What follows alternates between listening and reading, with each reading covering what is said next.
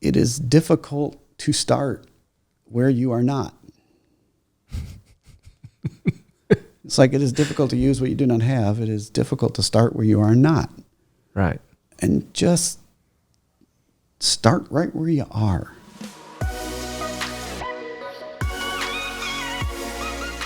Welcome again, Brother Ken. Yeah, right. It's good to be back. Yeah. Thank you. In the potty chair. Yeah. Yeah. Yeah. So your comment to me off of responsible, resourceful, and resilient kind of instigated all this about the Shamgar Principle. And I just figured we could all get it straight from the horse's mouth. Well, I'm an old horse. This was given to me when we first moved to town. Wayne Greer, his son owns the Chick-fil-A now. Yeah. But my wife had begun working there because, the church had 10 people, so we were doing everything to get by. And he said, I think this might be a blessing to your husband. I hear he's they're trying to save that church down there. And it's a cassette tape. Uh-huh. Now this is 15 years ago, but still, even 15 years ago, cassette tapes were. Yeah. But I dug out my old cassette recorder thing and plugged that thing in, and it was a African-American preacher from Houston, Texas. And it just said on the tape, Shamgar, And I started listening to that thing in my office.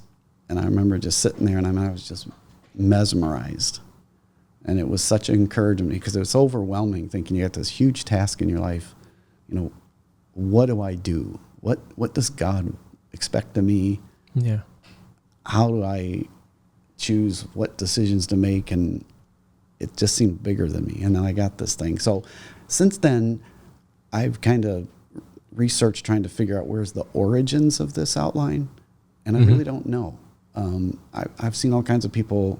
Unfortunately, they just write it and claim it. I'm like, I'm not going to do that. This is not original with me. Yeah. But basically, there's three principles based on an Old Testament judge, a superhero really in the Old Testament named Shamgar, which most people have never heard. Had you ever heard of Shamgar? Never. He's only mentioned in two different verses. Judges 3:31 is the main one, and the only thing it tells us is that Shamgar judged Israel, and he slew of the Philistines 600 men with an ox goad, and he delivered Israel. And from that, this guy developed this outline that was just revolutionary. And in our church, most of the people who've been around a while, Yeah. they can quote this to you, and I want them to. And basically, three principles. Number one, the reason Shamgar was so mightily used, number one, he used what he had. All God ever expects anywhere, anytime is for you to just use what you have. And inside each of these principles, it comes with one profound thought, which I'd love to bounce off you. What do you think when I say it is difficult to use what you do not have? What does that mean to you? That just is like being obvious. Like you can't, that's just obvious. It's difficult to use what you don't have. The Bible tells us all he had was an ox goad. That's all he had. But he used it. Yeah. David had a sling and 5 stones, but he used it. Moses had just a rod, but he used it. The little boy that brought his lunch to Jesus only had 5 loaves and 2 fishes, but he used it. Rahab had a rope, but she used it. The little widow had a cruse of oil and a little meal, but she used it. Most people don't get where they think they want to go because they say they don't have what they need to get there. And they say something like, as a pastor, I hear, well, I'll start giving financially to God when I get money. The widow had 2 mites, but she used it. And people say, when I get, this opportunity, then I'll do this. And when I, instead of saying, what is it that I have in my hand right now? Right now. And whatever that is, and people say, I have nothing. No. If all you have is breath, Yeah. use it. And that was so liberating, to me, just the idea of, okay, I remember after listening, I sat at church and I said, what is it that our church has with, 10 people here, and inside those 10, what do we have? And I remember writing down a list, and that's really how I started. So principle number 1 is use what you have. Right. Number 2, start where you are. Now, we know that Shamgar, when we know he had an ox goad, now first is people say, what is an ox goad? An ox goad is a farm tool.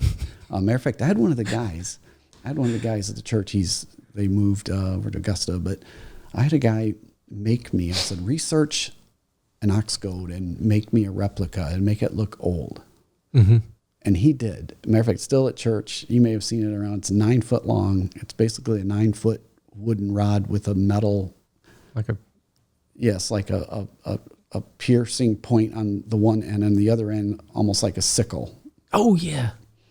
And he made one for me, and I had it up there, and I told the people that I had gone to some museum and they had lent me this thing, and it was, 100, and they believed me. I'm telling you, my wife would tell you, hey, he's a good liar. But an ox goad's a farm tool, and basically it was used to, if they were behind, like they were plowing a field, yeah, they could take that thing and they could reach the back end of the ox, and if the ox wasn't doing what the ox ought to do, boom, they give him the business. Yes, and so. If he had an ox goad, then we can deduct he was on a farm. A lot of times people say, well, to make a difference and to be used of God, you have to be in some position. Like, he wasn't at Harvard. He didn't have an educational tool. Mm-hmm. He wasn't at Annapolis. He didn't have, or West Point. He didn't have a military tool. He wasn't in the Washington, D.C. or Jerusalem of that day. He didn't have a political tool. All he had a farm tool. He was on the farm. Right. And he just started right where he was. He didn't say, I'm going to go do, wait. No, just start right where. Matter of fact, in chapter 5, I believe it is, verse 6 or so of Judges, the Bible tells us that in the days of Shamgar, the highways, people didn't use the highways, and the travelers went on the byways. Basically because when the Philistines came into the land and they dominated the land, the troops would set up basically toll plazas, for lack of a better term, on the main thoroughfares. Mm-hmm. Of course, you got kind of a mountainous region that, there's easier ways through places. And they would set up in these things. And when people would come through, they would take whatever they wanted, And so, just like people do today with taxes, wherever taxes are, we don't go. So people traveled in the secondary routes to get around this. Well, eventually the Philistines, they said, we better go find out where these little side routes are so we can, so they would start venturing. And what the theory is that Shamgar, being on a farm, every now and then the Philistines would come on his property. They would come on his farm, and when they came on his farm, he gave them the old ox goad. And the next morning at roll call for the Philistines, 2 more were missing. I mean, it doesn't say in the scriptures that Shamgar slew all 600 at one time. Gotcha. Who's to say he just took care of where he was. And so the point is, it is difficult to start where you are not. It's like it is difficult to use what you do not have. It is difficult to start where you are not. Right. And just start right where you are. Yeah. And when the Philistines of your life come into your territory, if I could use Jabez, do business. Every one of us has Philistines in our life. And maybe you say you can't, tomorrow you're not going to be running a Fortune 500 company, or You're not going to be the main leader of a church or whatever it is you think you want to aspire to. Right. Just take care of the business that's right in front of you. So use what you have. Mm-hmm. Start where you are. And then the third and last principle is do what you can do. This, again, for me personally, goes back to, as a kid, culture's hard on children, and as they grow into teenage years, trying to find themselves, and culture's pushing on them and saying you're not good enough, and nobody thinks they're pretty enough or athletic enough or smart enough or,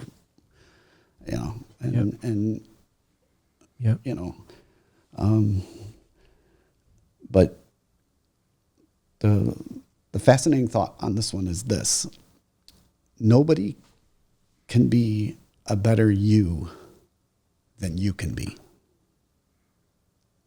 Nobody can be a better you than you can be. Right. And embrace that. Yeah. Yeah. I mean, there's a lot where people don't want to be them. I'm aspiring to be you. Right. Because I see you. You do you well, and wow, yeah. I could be that. Yeah. Yeah. It's nice to have role models and, someone that you can learn from and all that kind of stuff. But at the end of the day, if right now I'm working on a corporate takeover of SignMaster. Hold on, let me give you the instruction. You'll sign it over today, huh? And if I came in there and said, I'm going to be Tommy. Now, you and I have some similarities of personality. Yeah. But we are not the same person. Right. And that's a mistake. Yeah. I remember the pastor I was listening to on the original time I heard this, he said, you're the right person in the right period for the purposes that God wants done. Because God created you without consulting you. Ooh, that's strong. Yeah. He created you without consulting you, and you had no choice about when you were born. The only choice you really have is, what is your purpose? The person, the period, set. But what is your purpose? And again, it was very liberating for me, because the Bible says of Shamgar that he delivered, all of Israel. He was used of God in a mighty way, and all he did is use what he had. He started where he was, and he did what he could do. And that's all God ever asks or ever, requires of us, is just to do those three things. And, there's a balance between getting full of yourself. That's an unhealthy view of yourself. But at the same time, God made all of us just with these unique traits, and, just celebrate them. I think sometimes we've been told this idea of false humility, as if anybody ever compliments you, you have a moral obligation to say, well, no, that's not really true. No, if someone says, hey, you have a big mouth and a gift with words, and I, as long as I try to train myself to say something along, thank you.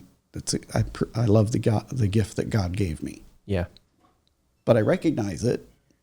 Yeah. Most people, if you get 1,000 people and say, hey, you got to go up there and talk to them for 15 minutes. I think most people would prefer to die. Yeah. They prefer death. Yes. I read that. Somewhere. Yeah. Somewhere. They'd rather go to the dentist for sure. Absolutely. Go see Brock. Me, 1,000, 1,500 maybe? Do I hear 2,000? Right.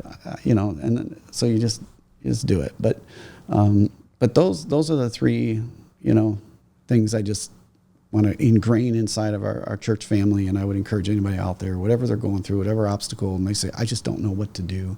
What does God expect of me? Yeah. And I think Shamgar. Just use what you have. Start where you are and do what you can do. And it's amazing. Yeah. I think for everything, the biggest thing for me was liberating, That is true. Because when you're trying to be somebody else. Right. Or use what you don't have in a position that you're not in. And I think that's what the norm is. Yeah. Is that approach. Yeah. To try to go get things that we don't have and where we're not at. Yeah. I mean, there's things right now that SignMaster can do that you couldn't have done 5-8 years ago. Oh, no. No. And we couldn't have, because I'm not the person I am today that I was 5 years ago. I'm a different, I'm just a different version of me now than I was then. And I've told people several times the responsibility that I have now, I would have blown it if you would have taken 5 year ago or 8 year ago me and put me in today's position. I would have messed it up royally, because I guess it's growth and maturity and a lot of different things that go into there. Just not the same, not the same person. I'll tell you, I wish I could take what I know now to my first pastorate, Yeah. But the only way that you get to where you are now That's right. is to go through the thing. go through some things and go, oh man, what was I thinking? But Yeah. don't you think that's kind of interesting information? Yeah. And Yeah, no doubt. all from just a little cassette tape. Yeah, and that's what, whenever I was, the prayer that I have for my children, to be responsible, resourceful, and resilient. I came up with that after, and then whenever you commented on that, and then we started talking about it back and forth. Really? I had already heard the Shamgar sermon, so I don't know if that was like, because those line up almost perfectly with the Shamgar Principle. Yeah. And I was like, you know what? It came out in a different way, but I think it was the seed was already planted in a different, off that sermon, I think. Yeah. It just comes out different. Pat Williams, I don't know if you know who Pat Williams is, but I don't know if he's still there, but for many years he was the general manager of the Orlando Magic. And I remember listening to him on a sports talk show one time and on a long form interview. Mm-hmm. And he went through the Shamgar No way. principles and was using it in the organization, to tell people, because you think about an athlete, It's true, man. use what you have. Yep. If what you have is a jump shot, use it. Yes. Don't try to be Michael Jordan. Right. Because you ain't. Right. You and I are from that era. Yes, we are. Oh, Yeah. come on. Even Tiffany over there knows who Michael Jordan is, right? Yeah, but See, some of they don't believe that he's the GOAT. He's the GOAT. Oh, they don't know what they're talking about. That's what I say too. I would say, I think I heard the other day that even still, Jordan's shoes outsell Yeah, LeBron, man. all of them combined. Yeah. Yeah. So- I don't doubt it.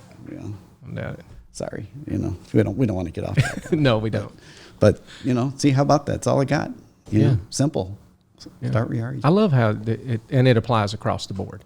Yeah. Yeah, that's the thing. Whatever Basketball team, wherever you are, wherever whatever you're you doing, are. man, that just, you can't go wrong with that, principally. No, just do it. And Out of 2 verses. yeah. And now, of course, this this pastor from Houston, I wish I could preach like him. You ever heard of the old African American preachers that just, Wear it out. oh man, he was great. Yeah. I wish I could get it. I guess I could try to get it moved off of the tape. I still have it. Do you really? Oh yeah. If you could find a player. Yeah. But I'd love to get it on a digital format, Yeah. so I could, fast forward, Jenny used to tease me. She goes, you're starting to sound like him. I said, oh, I'll take that as a compliment. That's right. Because he talked about how at the beginning, how God made us in his image, and that Satan came into territory that wasn't his. Yep. Just like the Philistines came into territory that wasn't theirs. And the question is, are you going to get involved in the resistance movement? That Satan has no divine right Right. to you or me or any of God's creation. Right. And so, it's time to say, not hide on the farm, but to take your ox goad and say, join the come here, little resistance." Philistine. I got some fresh... Dude, I think that's a good shirt. Yeah.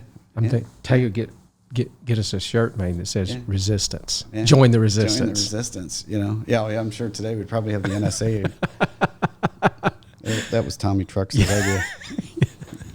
And then he talked about how when you think about how God created us, he created us intellectually, volitionally, and emotionally. You know, a mind to know God, Mm-hmm.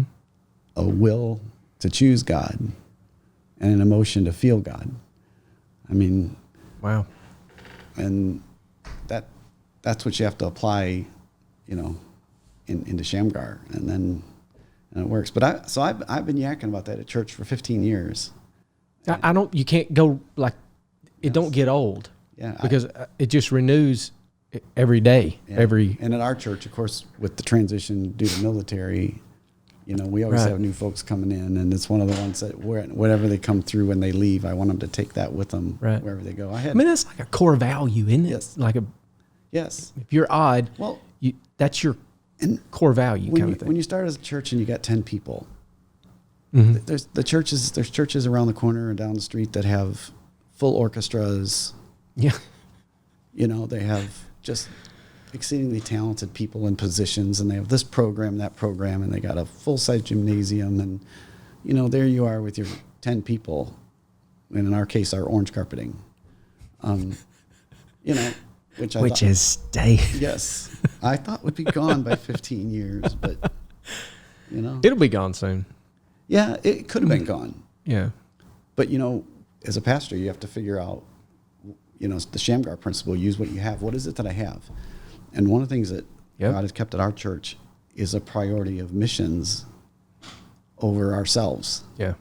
Which is very evident, It is. by the way. It's strikingly evident. And I love it. Because people say, oh, we should have. I said, well, we could have replaced the carpeting 5 times over. Yeah. But instead we chose to build a church in Ethiopia. Right. And you know what? Our people would do it again. And I don't want to lose sight of that. We're about to. That binds people a lot more than orange carpet or tiled carpet or I whatever you remember want to call it. We had a men's meeting, and we were discussing some of these things, and one of the guys said, you know, we could put the best carpeting in town. We could find the best, most popular, whatever, and put it in. Right. How many more people would that bring into our secondary location, old 50-year-old building? Maybe a couple. Maybe. But what does building a church outside of Somalia do? Lot more than our nice carpeting. Yeah. So we're still trying to do those things, you know, because another one of our slogans at Odd Baptist is No junk. no junk for Jesus. See, you've been there long enough. And that's the only one I want to say is if you're going to do it, you know, when you do use what you have, just like the widow. Yeah. She didn't take her 2 mites and say, I'm going to That's right. She went all in. Yep. And you know me, there's something crazy about going all in, you know. So right now we're working on some things with some missionaries that would be crazy. I'll probably scare the people in the church again. So yes. If they're listening to this, we're just waiting. Yeah. I'm surprised at all the comments from the last one, man. It was awesome. Yeah. It was really awesome. The last what? The last podcast or the last thing Yeah, we did. we talked about last time. We talked about why do bad things Happen to good people. Yeah. Yeah. Today's is a lot easier. Oh yeah, this theologically. Yeah. Right. Yeah, I know, man. But to boil it down to bad dirt was awesome. Great. That really was you. That really helped me a lot. Yeah. You know, bad dirt. Those are hard things. Yeah. Yeah. Did you have any interesting feedback on that?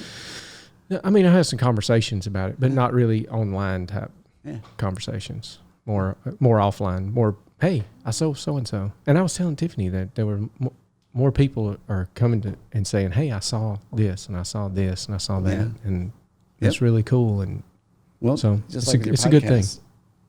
That it sometimes it's hard to keep doing what you can do. Right. In other words, you know, people think about Shamgar that, you know, he had the Holy Spirit, which is possible. This did happen. That 600 Philistines came marching by, or he went and found them. Oh yeah, and slew 600 at one time. And his ox goad turned into a lightning bolt, or yes, you know. Did you see? There's a movie coming out. Did you see that? It came up on somewhere. Somebody Shamgar movie? Yeah. No way. Yeah, they got some guy. He looks like Jason Momoa. You know. I guess he's the Christian version of Jason Momoa. Yeah, which I love. You know, I'm like, these people think these Bible characters, you're a Bible, you know, a They man of wasn't the a bunch of Bible. wimps. No way. And my man Shamgar, I think, was probably like Jason Momoa with a bad attitude, you know, and, you know, get off my property. Yeah. All 600 of you. Yeah, yeah. I But don't know, I think that he did it little at a time. I really think when you mix the information we get in chapter 5, Yeah. that With the travelers going in the byways, Right. that they just came across his property, that he was near there, and he just started whooping up 2, 3, 4 at a time. taking care of business. You know?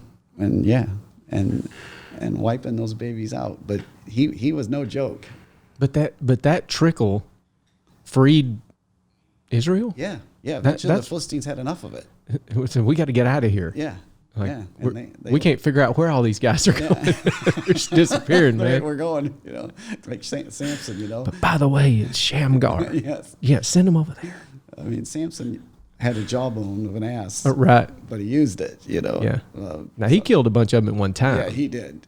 And so, see, I don't think Shamgar had the gift that Samson did. What a comparison. But he just, my point is, though, is that Shamgar just kept doing it over and over and over again, which is, There's something special about consistency. there is. And just getting up every day and going at it. Because when, like with your podcast, you're never going to get to 1,000 views until you have 500. You're not going to get 500 until you have 50. And you're not going to have 50 till you have 5. Yep. And Yep. It's hard to see past that a lot of times, though. it is. You know. But, you know, it seems like you toil at something and you toil at it, and all of a sudden, boom. Mm-hmm. You know, I saw yesterday Matt from Demolition Ranch. Are you watching? You don't know what Demolition Ranch is? Come on. Do you know what Demolition Ranch is, Tiffany? No. It's a channel some of the guys at church introduced me to. You know, it's a gun channel. Kind of, he blows stuff up and shoots guns and does stuff. Probably seen it. I just don't know it as Demolition Ranch. Yeah, he's got bunker branding now. He started his own. A lot of YouTubers that he provides all their T-shirts. Yeah, Tiffany should know who bunker branding is. It'd be be a good model probably. But at any rate, the other day he had turned over 10 million subscribers. Yep. And that's just It's crazy, isn't it? It is 10 million. We looked at some of those guys and how, like, year one, Evan Carmichael's one of them. He published year 1, 2, 3, 4, 5, 6. How many years? 10 years? Something like that. But his first year, whole year, it was like 100 or 50 or something. Yeah. And it was like 5 or 6 years before he caught any traction. And then he started adding, well, it was just that whole principle of consistency, man. And it just snowballed. And now you go, they're so successful and overnight success. 10 years in the making. Yeah. You know? Yeah. Yeah. Really? Yeah. I mean, how many people are joining the church? Yeah. Yeah. It is amazing how. And I know it does this, but consistently. Yeah. Well, and I think in the case we're talking about podcasting, if your goal, which is a fine goal, is to have more views, right. That there's nothing wrong with that goal, but defining what is success. Yeah. That was another part of, for me, back to Shamgar, of, accepting the fact that nobody can be a better me than me. God made me to be me, and God just wants me to do what he wants me to do. Mm-hmm. And I don't know, since I've been here 5, 8, 10 years ago, I had to give up the dream. How do I say this? I'm an ambitious guy. I would rather have 1,000 people than 10. But yeah, you can idolize the goal to where the goal becomes the God, and you begin to be the one that's defining what is success. Mm-hmm. Whereas God is saying, no. And I came to realize that Shamgar, just quit stressing about it. He takes care of everything. And if, he wants me to continue pastoring a church of 150, 200 people, I'm good with it. Matter of fact, the older I got, the more I realized, surprise, surprise, even when I thought I knew who I was, the Bible talks about we deceive our own selves. I wasn't even who I thought I was. Boy, that's brilliant. No, I think that's legit. I'm not. And now as I'm growing in my faith and I realize what I thought I wanted, I don't. Right. Because I value, like this couple weeks, I'm going to baptize one of our little kids at church. Is 6, 7 years old. Mm-hmm. And she's been coming to our church. She got carried in the first time, she was probably 2 weeks old. Right. And, I talked to her the other night at church about getting baptized and stuff. And I said, hey, do you want me to baptize you or do you want Pastor Danny to baptize you? And boy, it did just instantaneously, you, and that relationship, if I was pastoring a church of 1,000, is almost impossible. Correct. But would you trade that? No, I would have 10 years ago, because I think that would have made me feel more fulfilled. It would have made me feel like I was a bigger purpose. Right. But I think that's a deception. The question is, what does God want me to do? Well, now with online influence and this thing, like you're thinking 150 or 200, that could be easily 150 or 200,000. Yeah. As far as reach and influence. Yeah. Oh, I try to tell our people, because I don't like accepting the mindset, God is not small. Now he's in the small things. He is. Absolutely. More than the big things. But never underestimate the influence that God can have and use. But the bottom line is, all of a sudden I realized when I surrendered that goal as my God. In other words, I used to track attendance like an accountant. Really? Oh yeah. And then I could measure what percentage we grew, or where were we dipping on Sunday night, or and then why, and analytics basically, you know, and blah, blah, blah, blah, blah, blah, blah. And finally, this is just for me now. I'm not saying that's wrong. Don't anybody, I'm not judging. No. But for me, one day I'm sitting there studying for a sermon. Usually that's when God usually convicts me before I ever preach something. But he's like, you value that more than you value me. Oh. And I had to, obviously it's me or God that's right. You can pretty much guess which one's right. And I'm like, so I remember going to Karen, Karen. Yeah. Karen used to count numbers for me and stuff. And I said, don't even tell me no anymore. more. I'm not saying I'm totally oblivious to it. I'll look and say, oh, we have a good crowd day. And if we're not consistently, nobody's there. I'm not saying I don't, but for me, I had to just let go of it and say, do the best you can do, Shamgar, and trust that God will make it whatever he wants to make it to be. Right. And now that I'm where I'm at now in my life, I don't know. I guess imagine if Joel Osteen called and said he wanted me to take over his church next week. I could run that from 20,000 to 20 in about 2 weeks. But just some big church, I think the Lord would have to now come and go no, you need to go do this. Cause I'm like, nah. Right. I like right where we are. And like you said, when I consider, how God's using our platform globally, and yes, we're getting, when you get feedback or you get information from Iran and Iraq, and you got believers that are listening to our podcasts in those kind of countries. Yes. It's humbling, Yeah. And oddly enough, you know what they like the most over there? They like Wednesday night, which is teaching from a Jewish perspective. And that's one of the things that is so unique about you. Yeah, well, never heard any of that before.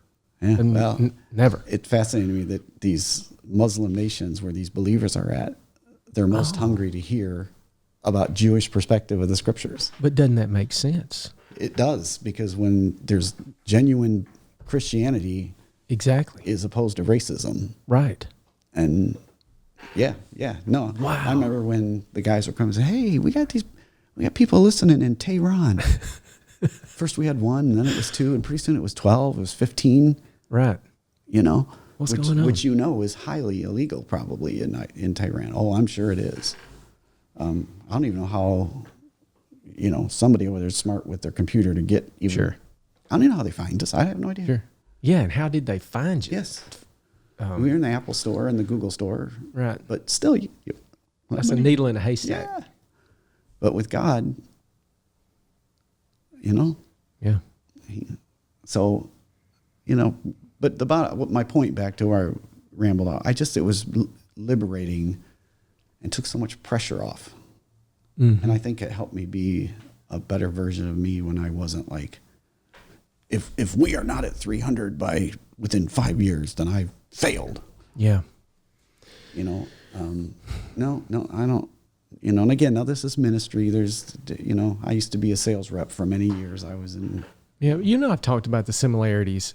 There's a lot of ministry and business and the way that works and how you can take things from both perspectives, Yes. And how do you deal with that though? Where you disconnect.